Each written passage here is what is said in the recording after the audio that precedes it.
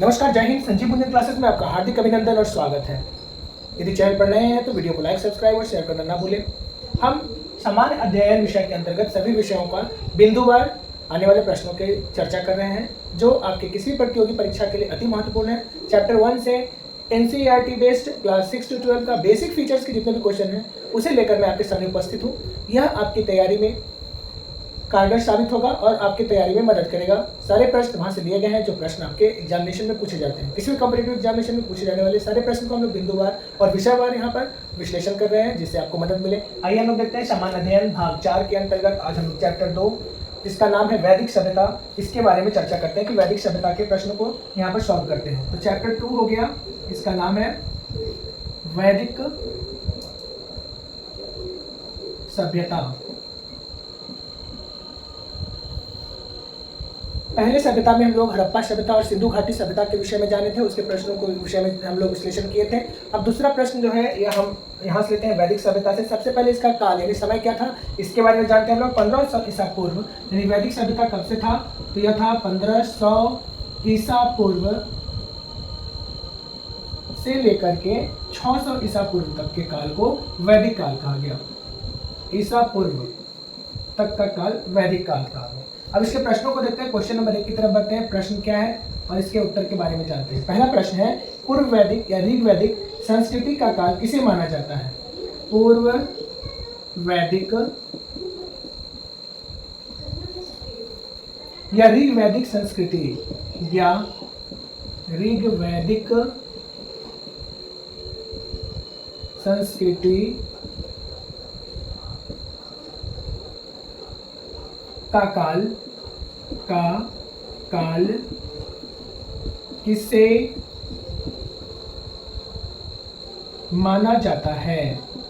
माना जाता है? प्रश्न को पुनः एक बार हम लोग समझते हैं। प्रश्न है, पूर्व वैदिक मतलब वैदिक काल से पहले या ऋग वैदिक संस्कृति यानी कि ऋग वैदिक संस्कृति के काल का निर्धारण कब से माना गया है? तो इसे 1500 ईसा पूर्व से लेकर के 1000 ईसा पूर्व माना गया था। तो उत्तर हो गया इसका क्या? 1500 ईसा पूर्व से 1000 ईसा पूर्व तक के काल को वैदिक या ऋग वैदिक संस्कृति के काल के नाम से जाना जाता है। तो मित्रों, पहला प्रश्न समझ में आ गया कि 1500 ईसा पूर्व से 1000 ईसा पूर्व तक के जो काल हो गया उसको पूर्ण वैदिक या ऋग वैदिक संस्कृति का काल कहा गया है। प्रश्न नंबर 2 को देखते हैं। उत्तर वैदिक प्रश्न नंबर 2 देखते हैं। प्रश्न है, उत्तर वैदिक संस्कृति का काल किसे माना गया है? अभी हम लोग देखें उत्तर वैदिक संस्कृति का काल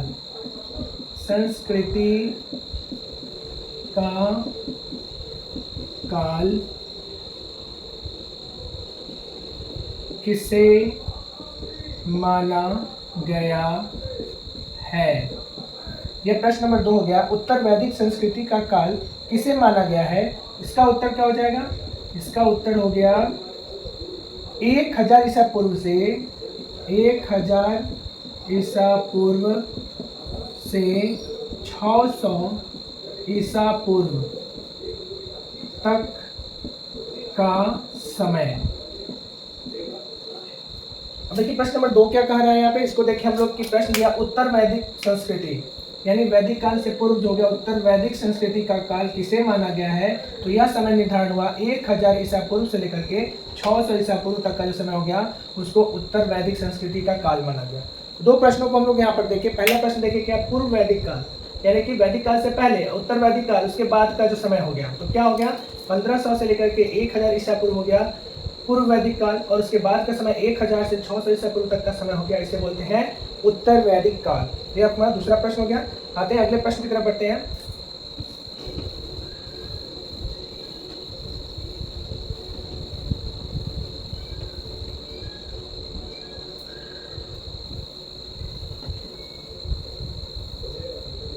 प्रश्न नंबर 3 देखते हैं, आर्य शब्द का शाब्दिक अर्थ क्या है? प्रश्न नंबर अगला प्रश्न है, आर्य शब्द का आर्य शब्द का अर्थ क्या है? प्रश्न को देखते हैं पुनः। प्रश्न है आर्य शब्द का अर्थ क्या है? आर्य किसे कहा गया था? तो आर्य बोला गया था श्रेष्ठ और कुलीन व्यक्ति को। इसका उत्तर क्या हो जाएगा? श्रेष्ठ और कुलीन व्यक्ति को आर्य कहा गया था। आर्य कहा गया है। देखते हैं प्रश्न। इसमें हम लोग पढ़ रहे हैं वैदिक सभ्यता चैप्टर 2 और यह वीडियो आपका हो गया भाग 4। हम लोग प्राचीन भारत का चैप्टर का विश्लेषण कर रहे हैं। प्राचीन भारत के अंतर्गत जो भी प्रश्न हमारे कॉम्पिटिटिव एग्जाम में आते हैं वे सभी का बिंदुवार हम लोग एक एक प्रश्नों को यहाँ पर देख रहे हैं। इसमें हम लोग देखते हैं भाग 4 के अंतर्गत जो प्रश्न आते हैं कि आर्य शब्द का अर्थ क्या हो गया, आर्य किसे कहा जाता था। तो आर्य जो कहते थे ना मित्रों, श्रेष्ठ और कुलीन व्यक्ति को आर्य कहा जाता था। उस समाज में जो श्रेष्ठ व्यक्ति थे और जो कुलीन तथा सभ्य व्यक्ति थे उन्हें आर्य के द्वारा संबोधित किया जाता था। तो याद रखेंगे कि श्रेष्ठ और कुलीन व्यक्ति को आर्य शब्द से संबोधित किया जाता था वैदिक सभ्यता में। बढ़ते हैं अगले प्रश्न की तरफ। प्रश्न है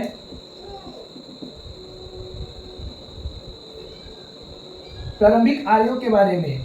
प्रारंभिक आर्यों के विषय में, प्रारंभिक आर्यों के विषय में कौन सा सही नहीं है? कौन सा कथन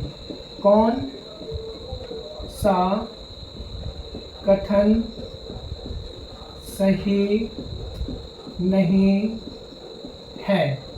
आइए उस उत्तर को देखते हैं कि प्रारंभिक आर्य के विषय में कौन सा कथन सही नहीं है। तो वे मुख्यतः नगरों में निवास करते थे। यह सही नहीं है कि वे मुख्यतः नगरों में निवास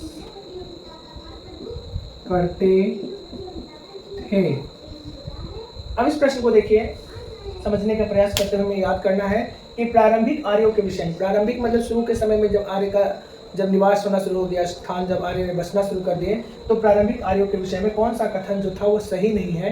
तो जो गलत कथन है वो यह है कि वे मुख्यतः नगरों में निवास करते थे, मतलब आर्य लोग केवल शहर में ही निवास करते थे, ऐसी मान्यता नहीं है। तो यह क्या हो गया कि वे नगर में निवास करते थे, यह गलत कथन है। तो इसका उत्तर हो गया कि वो मुख्यतः नगरों में निवास करते थे। यह प्रारंभिक आर्यों के विषय में सही नहीं है। तो वे निवास कहाँ करते थे? तो वे जो नगर के स्थान पे वो निवास सभी स्थानों पर वैसे जगहों में करते थे और झुंड में रहते थे, एक साथ झुंड में भारत पहुंचे। वे संस्कृत बोलते वाले व्यक्ति थे, संस्कृत बोलते थे और घुड़सवारी भी करते थे। आर्य संस्कृत बोलते थे, उनकी भाषा क्या थी? तो भाषा आर्य लोग संस्कृत बोलते थे, संस्कृत में वो बात करते थे और उन्हें घुड़सवारी का शौक था, वे घुड़सवारी करते थे। आर्य लोग जो थे वे घुड़सवारी करते थे। तो यह भी प्रश्न आता है कि आर्य की भाषा क्या है? तो आर्य की भाषा संस्कृत थी और वे क्या करते थे? घुड़सवारी करते थे और झुंड में भारत पहुंचे थे। आर्य लोग जो थे ना वो पूरा झुंड में भारत पहुंचे थे, झुंड में भारत पहुंचे थे, भारत पहुंचे। तो यह इसका अगला हो गया प्रश्न। इसमें 3 प्रश्न अलग अलग आएगा। इसमें पहला क्या दिया कि प्रारंभिक आर्यों के विषय में कौन सा कथन सही नहीं है। तो प्रारंभिक आर्य जो थे वो केवल नगर में नहीं बसते थे, गांव कस्बों में ही बसा करते थे। तो यह कथन गलत है और उनकी भाषा संस्कृत थी। उन्हें घुड़सवारी पसंद था, वो घुड़सवारी किया करते थे और इसके साथ ही वो झुंड में भारत पहुंचे थे। एक साथ आर्य लोग झुंड में भारत आए थे। अगला प्रश्न की तरफ लोग बढ़ते हैं। प्रश्न यहाँ पर हो गया, सभी प्रश्न हम लोग SCERT के बेस्ट पर, NCERT के बेस्ट पर कर रहे हैं। तो अगला प्रश्न देखते हैं।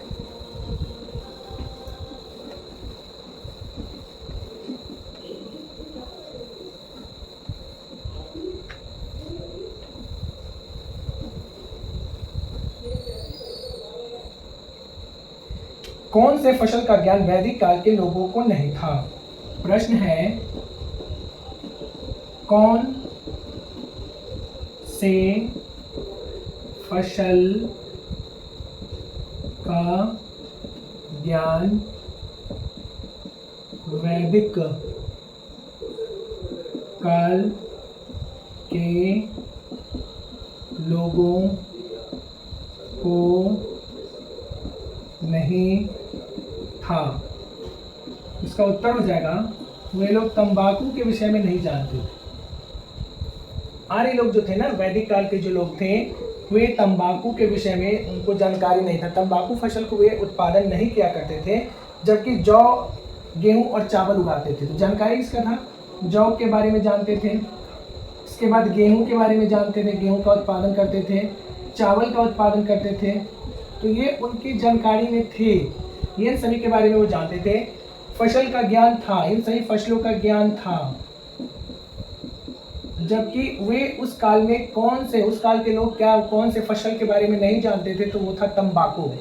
तंबाकू के विषय में आर्य लोग नहीं जानते थे। आर्य फसल उत्पादन करते थे, वो जौ का उत्पादन करते थे। आर्य लोग जो थे वो गेहूं भी उत्पादन करते थे, वो चावल का उत्पादन करते थे। तो इन सारी फसलों के विषय में उन्हें जानकारी थी, परंतु तंबाकू के विषय में उन्हें ज्ञात नहीं था और वे तंबाकू के फसल का उत्पादन नहीं करते थे। तो याद रखेंगे कि तंबाकू फसल आर्य लोग उत्पादन नहीं करते थे और इसकी जानकारी उन्हें नहीं थी। बढ़ते हैं अगले प्रश्न की तरफ। अगला प्रश्न देखते हैं।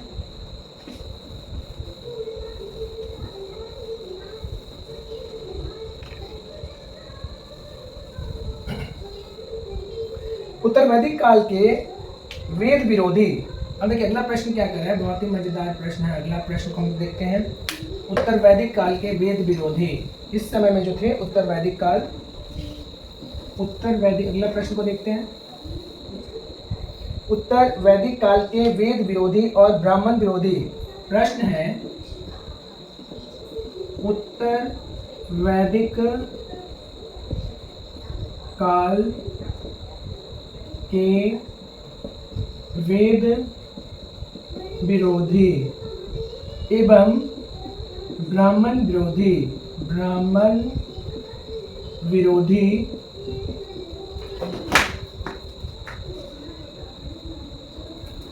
उत्तर वैदिक काल के वेद विरोधी एवं ब्राह्मण विरोधी धार्मिक अध्यापकों को किस नाम से जाना जाता था?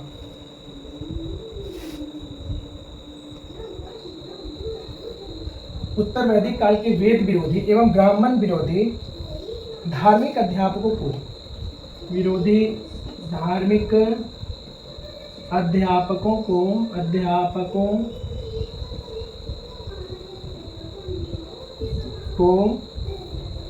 किस नाम से जाना जाता था?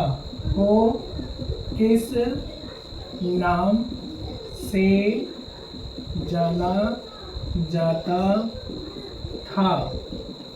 इस प्रश्न का उत्तर हो जाएगा, जो उत्तर वैदिक काल के जो लोग थे ना, श्रमण कहते थे उसे। क्या बोलते थे? श्रमण, श्रम और ना, श्रमण।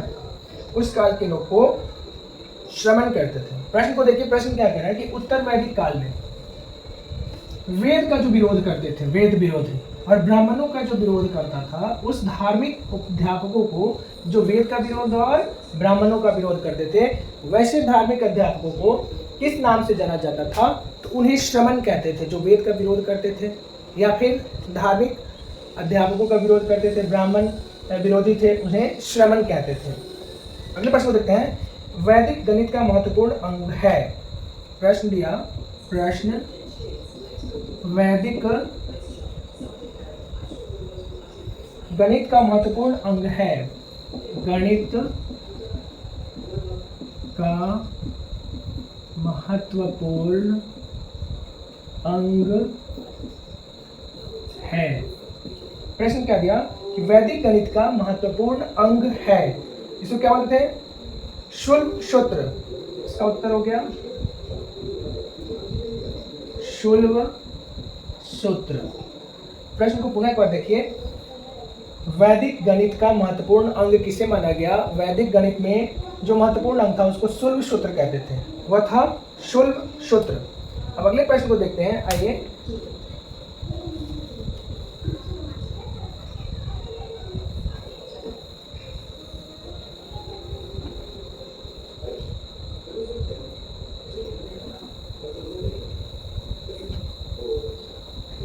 अगला प्रश्न है, किस वेद में प्राचीन वैदिक युग की संस्कृति के बारे में सूचना दी गई है? प्रश्न क्या दिया? प्रश्न, किस वेद में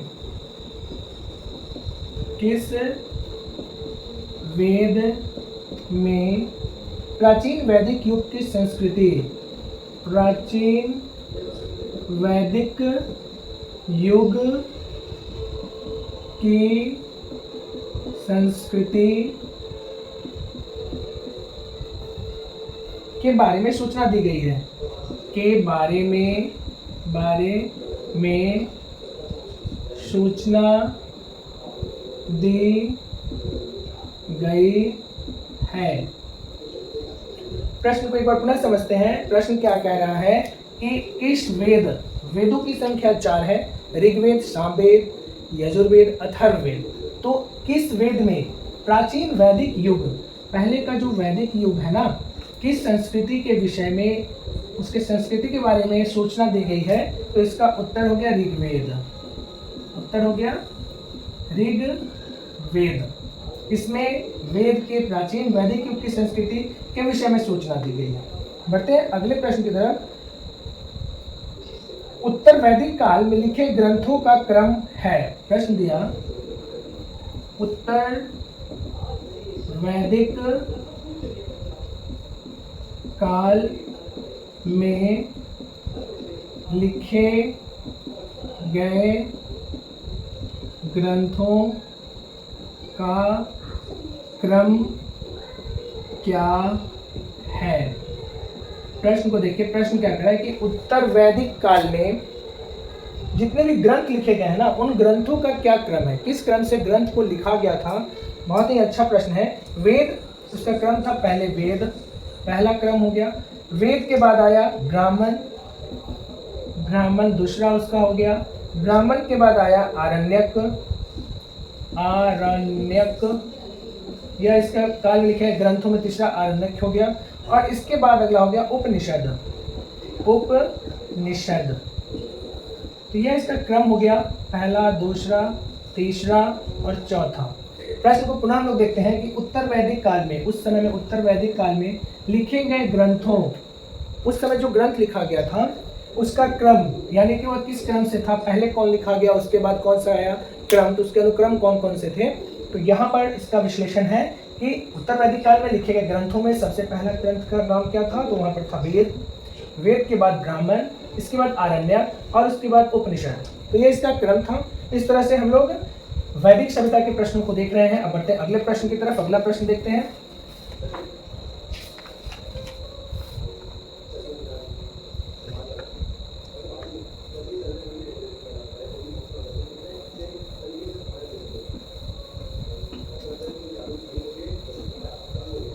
ये सारे कम्पिटिटिव एग्जाम के लिए, जो भी आप प्रतियोगी परीक्षा की तैयारी कर रहे हैं, इसके लिए बहुत ही महत्वपूर्ण है। और चैप्टर वाइज जहाँ से प्रश्न एकदम प्राचीन भारत से लेकर मध्यकालीन, आधुनिक, सभी का हम लोग बिंदुवार विश्लेषण करते हुए चलेंगे, इन प्रश्नों को जानेंगे। और यहीं से प्रश्न आते हैं, चाहे आप कोई भी एग्जाम की तैयारी कर रहे हैं, यह मील का पत्थर साबित होगा। और इस तरह से यदि आप नोट्स बना लेते हैं तो ये आपको सफलता जरूर दिलाए। तो बढ़ते हैं अगले प्रश्न की तरफ। वेदों की संख्या कितनी है? अगला प्रश्न दिया, प्रश्न, वेदों की संख्या कितनी है? तो अभी हम लोगों ने देखा इसका उत्तर कि वेदों की संख्या 4 है। वेदों की संख्या 4 है। सबसे पहले हो गया ऋग्वेद, इसके बाद हो गया सामवेद, यजुर्वेद, अथर्ववेद। ये 4 वेदों की संख्या है। याद रखेंगे, वेद 4 प्रकार के होते हैं, 4 इसकी संख्या होती है, ऋग्वेद, यजुर्वेद, सामवेद और अथर्ववेद। और वेदों की संख्या कितनी हो गई? तो 4 हो गई। अब अगला प्रश्न की तरफ देखते हैं। कौन से 3 वेद हैं जो संयुक्त रूप से त्रयी या वेद त्रयी कहलाते हैं? प्रश्न, कौन से 3 वेद संयुक्त रूप से त्रयी, संयुक्त रूप से त्रयी या वेद त्रयी कहलाते हैं, या वेद त्रयी कहलाते हैं? अगले प्रश्न को देखें, क्या कह रहा है? कौन से 3 वेद, इन चारों में से कौन कौन से 3 वेद हैं जिसे संयुक्त रूप से त्रयी या वेद त्रयी कहते हैं? जिसे मिलाकर त्रयी बोलेंगे या वेद त्रयी बोलेंगे। वह 3 वेद कौन कौन से हैं? तो ऋग्वेद, यजुर्वेद और सामवेद। उत्तर हो गया ऋग्वेद, यजुर्वेद और सामवेद। उत्तर में हो गया जिसे त्रयी कहते हैं, हो गया ऋग्वेद, यजुर्वेद और सामवेद। इस तीनों वेद को यदि संयुक्त रूप से मिला दें तो उसे त्रयी कहेंगे या वेद त्रयी कहेंगे। तो प्रश्न आ रहा है कि कौन सा 3 वेद है जिसे संयुक्त रूप से त्रयी या वेद त्रयी कहते हैं। तो इसका उत्तर हो गया ऋग्वेद, यजुर्वेद और सामवेद। अब अगले प्रश्न की तरफ बढ़ते हैं। अगला प्रश्न देखते हैं।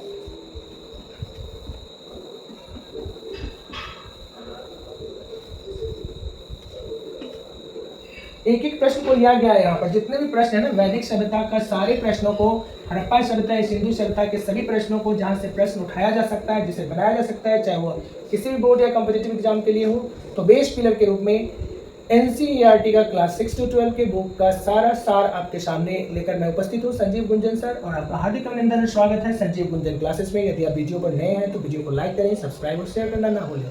इस तरह से हम अगले प्रश्न की तरफ बढ़ते हैं। अगला प्रश्न है भारत में राज चिन्ह। अगला प्रश्न क्या कर रहा है? प्रश्न भारत में राज चिन्ह में प्रयुक्त होने वाले, राज चिन्ह में प्रयुक्त होने वाले राज चिन्ह में प्रयुक्त होने वाले शब्द सत्यमेव जयते। प्रयुक्त होने वाले शब्द सत्यमेव जयते किस उपनिषद से लिया गया है? किस उपनिषद से लिया गया है? बहुत इंपॉर्टेंट क्वेश्चन है और समझने वाला, जानकारी वाला रोचक प्रश्न है। यह प्रश्न आता है हर एक कॉम्पिटिटिव एग्जाम में। तो हम लोग देखते हैं कि भारत का जो राज चिन्ह है ना, उस राज चिन्ह में प्रयुक्त होने वाला शब्द सत्यमेव जयते किस उपनिषद से लिया गया है? तो इसका उत्तर क्या हो जाएगा? मुंडक उपनिषद। उत्तर हो गया मुंडक उपनिषद। याद रखेंगे, ये हमेशा डिफेंस के एग्जाम में ये क्वेश्चन हमेशा आता है। डिफेंस से संबंधित जो भी पैरामिलिट्रीज का जो एग्जाम होता है, चाहे वो डिफेंस का हो गया, navy, railway, navy, air force, army या पैरामिलिट्रीज का हो गया, SSB, सशस्त्र सीमा बल, ITBP, इन सभी में प्रश्न को ज़्यादातर देखने का मौका मिलता है कि भारत में राज चिन्ह में प्रयुक्त होने वाले शब्द सत्यमेव जयते किस उपनिषद से लिया गया है? तो उस उपनिषद का नाम हो गया मुंडक उपनिषद। मुंडक उपनिषद से सत्यमेव जयते लिया गया। याद रखेंगे, इस प्रश्न को नोट करेंगे। सारे प्रश्नों को आप 1 by 1 करके अपने नोटबुक में नोट्स बनाते चलेंगे और ये आपके लिए बहुत ज़्यादा कारगर सिद्ध होगा। अगले प्रश्न की तरफ बढ़ते हैं। प्रश्न नंबर नेक्स्ट क्या है? अगला प्रश्न देखते हैं। ऋग्वैदिक आर्यों का मुख्य व्यवसाय क्या था? ऋग्वैदिक, ये सारे प्रश्न रिपीटेड है और पूछा गया है। ऋग्वैदिक आर्यों का मुख्य व्यवसाय क्या था? आर्यों का मुख्य व्यवसाय क्या था? प्रश्न देखिए फिर से। ऋग्वैदिक आर्यों मतलब उस समय के आर्य। अब आर्य किसको बोलते हैं? कुलीन और सभ्य समाज के जो व्यक्ति थे ना, उनका। तो उनका मुख्य व्यवसाय क्या था? आयुर्वेदिक लोगों का जो मुख्य व्यवसाय था आर्यों का, वह था पशुपालन। पशुपालन, पशुओं को पालना आयुर्वेदिक में आर्य समाज के आर्यों का मुख्य व्यवसाय था। इस तरह से लोग यह देखें। अब अगला प्रश्न को देखते हैं। नेक्स्ट प्रश्न की तरफ बढ़ते हैं।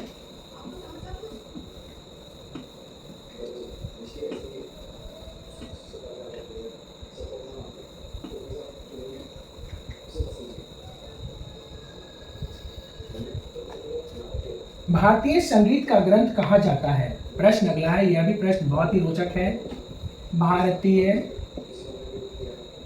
संगीत का ग्रंथ कहा जाता है? तो कौन सा था? भारतीय संगीत का जो ग्रंथ है उसको बोलते थे सामवेद। चारों वेद में सामवेद जो था वह भारतीय संगीत का ग्रंथ था। गीत और संगीत से जो तात्पर्य था जिस ग्रंथ का, उसे सामवेद कहते थे। सभी वेदों में सामवेद संगीत से संबंधित ग्रंथ था, याद रखेंगे इसे। अगले प्रश्न की तरफ बढ़ते हैं।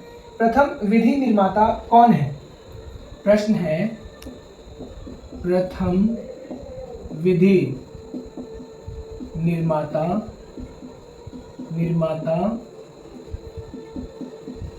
कौन है? बहुत ही अच्छा प्रश्न है। प्रथम विधि मतलब क्या हो गया ना, प्रथम न्याय संबंधित, न्याय के विषय में विधि निर्माता कौन थे? तो उनका नाम था मनु। मनु जो थे ना, वो पहला विधि निर्माता थे, न्याय मूर्ति जिसे बोलते हैं, उसे क्या बोले, मनु जो थे वह प्रथम विधि निर्माता थे। यहीं से न्याय के बारे में और जजमेंट का शब्द का उत्पादन उद्धार यहीं से आरंभ हुआ कि प्रथम विधि निर्माता कौन थे? न्याय के बारे में पालन करने वाले जो निर्माता थे, नियम बनाए थे, उनका नाम था मनु। क्या नाम था? मनु। तो ये आपका हो गया अगला प्रश्न कि न्याय का निर्माता जो थे, विधि निर्माता प्रथम, उन्हें मनु कहा जाता था। अगला प्रश्न देखते हैं।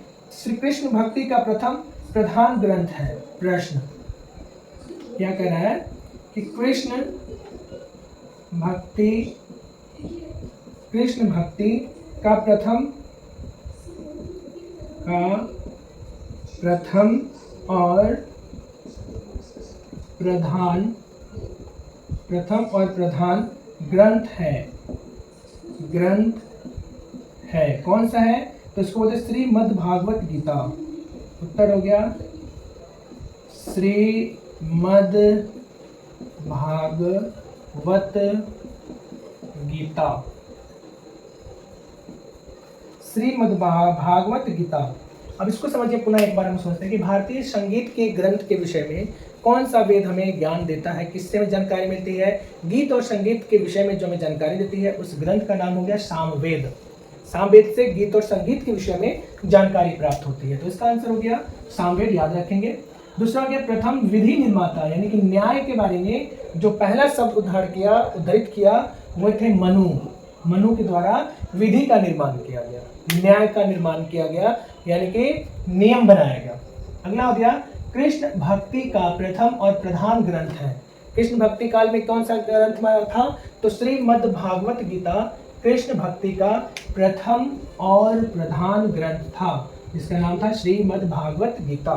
तो ये आपका हो गया प्रश्न। अब बढ़ते हैं अगले प्रश्न की तरफ।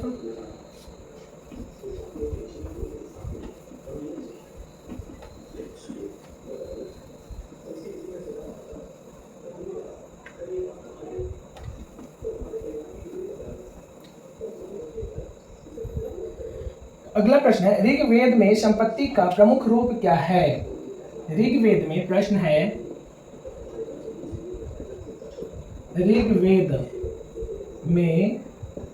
ऋग्वेद में संपत्ति का प्रमुख रूप क्या है? संपत्ति का प्रमुख, ऋग्वेद में संपत्ति का प्रमुख रूप क्या है? रूप क्या है?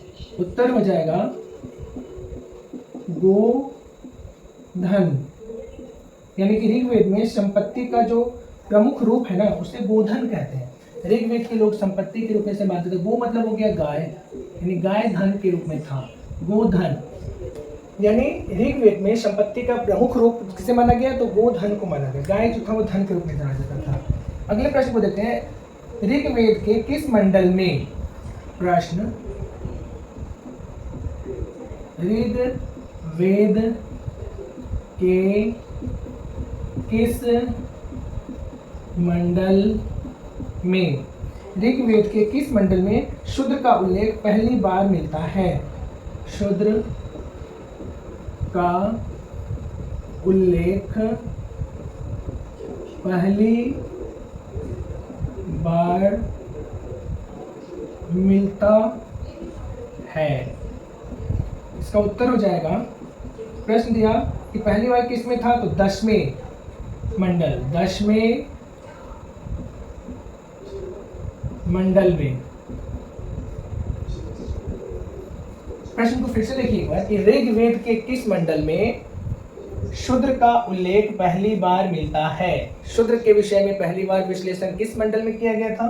तो वह था 10वें मंडल, जहाँ पे शूद्र के बारे में चर्चा की गई।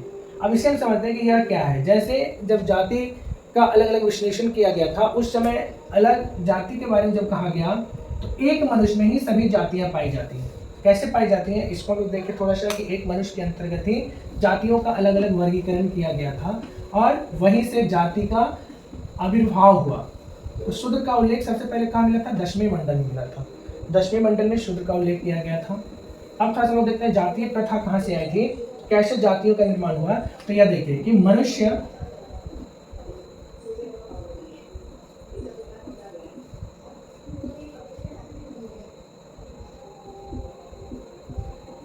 का जो मस्तिष्क था ना, इस मस्तिष्क को कहा गया ब्राह्मण। इसके बाजू को जो सुरक्षा करे उसे क्षत्रिय कहा गया। तो बाजू हो गए क्षत्रिय। पेट को वैश्य कहा गया, यानी बनिया। और जो पाद हो गया, पैर हो गया, इसे शूद्र कहा गया, शूद्र। मनुष्य में विश्लेषण किया गया कि सभी जातियों का जो विश्लेषण है, समावेश इस तरह से किया गया। तो प्रश्न यहाँ पर दिया कि 10वें मंडल में, ऋग्वेद के 10वें मंडल में शूद्र शब्द का उल्लेख किया गया था। इसका उल्लेख 10वें मंडल में किया गया था, शूद्र शब्द का। एक मनुष्य के अंतर्गत शरीर में इस सभी जातियों का समावेश था और इस तरह से जाति का निर्माण हुआ। अब बढ़ते अगले प्रश्न की तरफ देखते हैं। अगला प्रश्न क्या कह रहा है?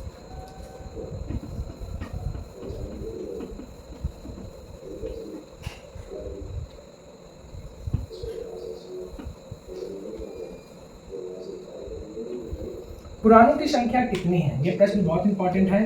प्रश्न दिया पुराणों की संख्या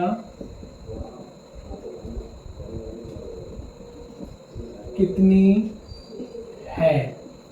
पुराण की कुल कितनी संख्या है? तो पुराणों की संख्या 18 है। उत्तर हो गया पुराणों की संख्या 18। अब अगला प्रश्न को देखिए कि वैदिक धर्म का मुख्य लक्षण किसकी उपासना करना था? वैदिक धर्म का मुख्य लक्षण, प्रश्न है वैदिक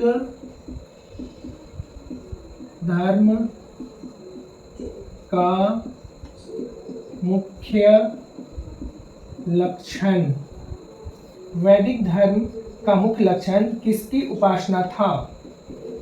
किसकी उपासना करना था? इसका उत्तर हो गया प्रकृति।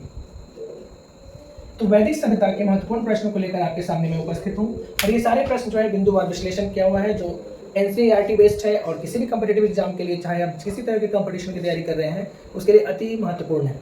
हम लोग यहाँ पर देखते हैं कि प्रश्न है कि पुराणों की संख्या कितनी है, कितने कुल पुराण है? तो पुराणों की संख्या हो गई 18, कुल 18 पुराणों की संख्या है। और वैदिक धर्म का मुख्य लक्षण किसकी उपासना, यानी कि पूजा करना था, पूजा करना था। तो वैदिक धर्म का जो मुख्य लक्षण था ना, प्रकृति की पूजा करते थे, वो नेचर में विश्वास रखते थे, तो प्रकृति की ज्यादा पूजा करते थे। तो मुख्य लक्षण का था प्रकृति की पूजा करना। तो याद रखेंगे पुराणों की संख्या 18 और वैदिक धर्म का मुख्य लक्षण जो किसकी उपासना करना था, किस देवी देवता की जैसे उपासना करते हैं वैसे ही वैदिक धर्म के जो लोग थे वह प्रकृति की उपासना किया करते थे। बढ़ते हैं अगले प्रश्न की तरफ।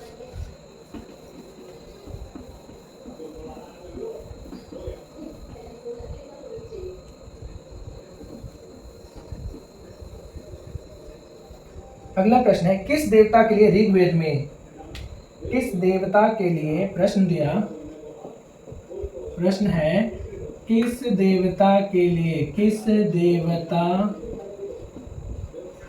के लिए ऋग्वेद, किस देवता के लिए ऋग्वेद में पुरंदर शब्द का प्रयोग किया? ऋग्वेद में पुरंदर शब्द का प्रयोग किया गया। अच्छा प्रश्न है, इसको देखिए, इसका उत्तर क्या होगा कि किस देवता के लिए ऋग्वेद में पुरंदर शब्द का प्रयोग किया गया। पुरंदर किस देवता को कहा गया, तो इंद्र को कहा गया। वर्षा का देवता है, इसलिए इंद्र को पुरंदर, वर्षा के देवता। प्रश्न क्या दिया कि किस देवता के लिए ऋग्वेद में पुरंदर शब्द का प्रयोग किसके लिए किया गया, तो इसका आंसर हो गया इंद्र के लिए। इंद्र के देवता के लिए पुरंदर शब्द का प्रयोग किया गया। अगला हो गया, शुल्ब सूत्र किस विषय से संबंधित पुस्तक है। प्रश्न क्या दिया, शुल्ब सूत्र किस विषय से संबंधित पुस्तक है। किस विषय से संबंधित पुस्तक है। अभी हम लोगों ने आरंभ में पढ़ा है, शुल्ब सूत्र गणित से संबंधित था। वैदिक काल में शुल्ब सूत्र गणित के लिए इसकी चर्चा की जाती थी। तो किस विषय से संबंधित है, तो गणित। उत्तर क्या हो जाएगा, गणित। और गणित में क्या हो गया, तो ज्यामिति के बारे में शुल्ब सूत्र का विश्लेषण किया गया। तो प्रश्न दिया कि शुल्ब सूत्र किस विषय से संबंधित है, तो यह हो गया ज्यामिति विषय से। और किसका भाग है, तो गणित का पार्ट है। इस तरह से हम इसको याद रखेंगे कि देवता हो गए जो ऋग्वेद में पुरंदर, इंद्र को, शुल्ब सूत्र गणित का, ज्यामिति से संबंधित यह शब्द है जिसे शुल्ब सूत्र कहते हैं। अब बढ़ते हैं अगले प्रश्न की तरफ।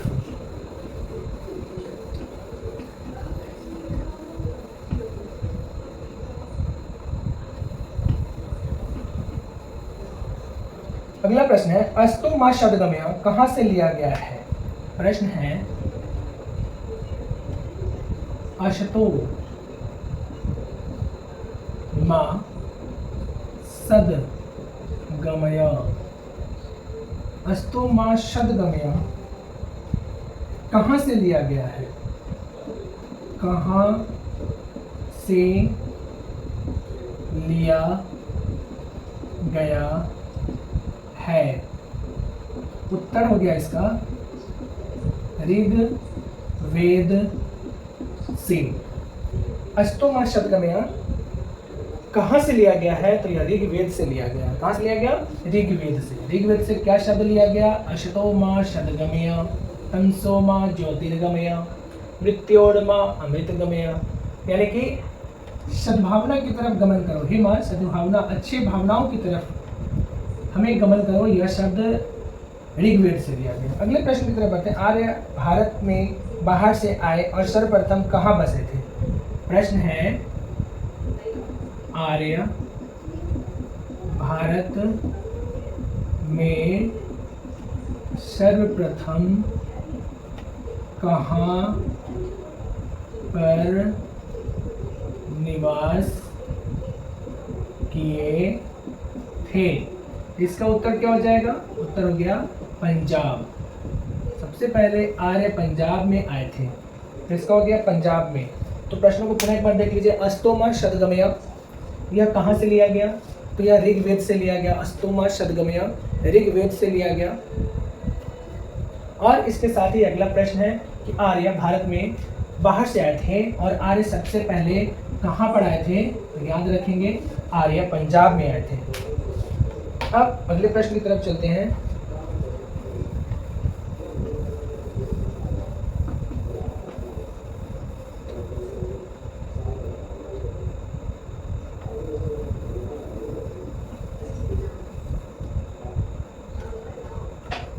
विभिन्न वेदों के वेदकर्ता या यज्ञकर्ता कौन थे।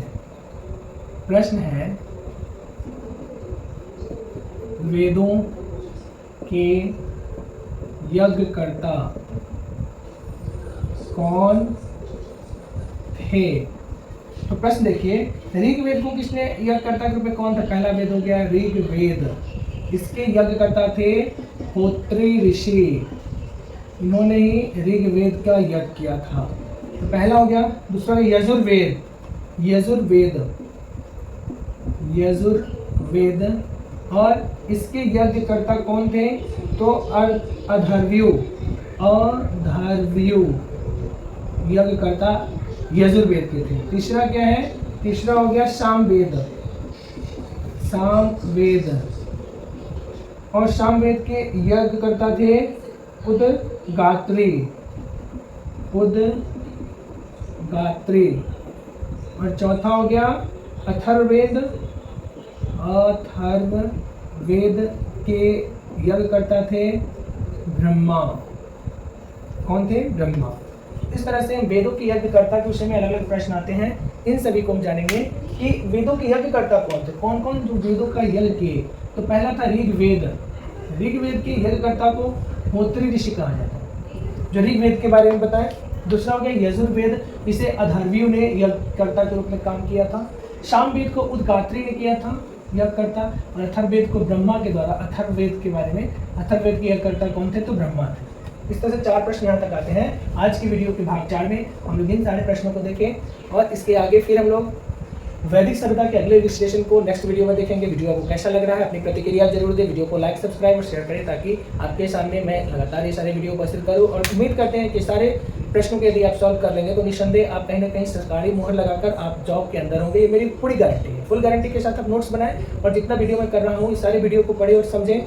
ये सारे प्रश्न आपके एग्जाम में आने हैं तो आने हैं, और यहीं से प्रश्न आते हैं। इन सभी प्रश्नों को यदि हम विश्लेषण करके ध्यान से इसका पढ़ें और आप साथ कर ले, तो हम कहीं से किसी कंपटीशन का बेस स्ट्रांग हो जाएगा हमारा, और इस तरह से हम एग्जाम में सफलता जरूर हासिल करेंगे। इन्हीं शुभकामनाओं के साथ मुझे दीजिए इजाजत। संजीव गुंजन क्लासेस में आपका पुनः हार्दिक अभिनंदन है। अगले वीडियो में हम लोग इसके आगे के प्रश्नों को देखेंगे। हम लोग चैप्टर 2 का विश्लेषण कर रहे हैं, वैदिक सभ्यता, जिसका समय है 1500 ईसा पूर्व से लेकर 600 ईसा पूर्व। यहाँ पर हमने महत्वपूर्ण प्रश्नों को देखा। पुनः अगले वीडियो में इसके आगे प्रश्नों को देखते हैं। जय हिंद, जय भारत, थैंक यू, टेक केयर, अपना बहुत ख्याल रखें, धन्यवाद।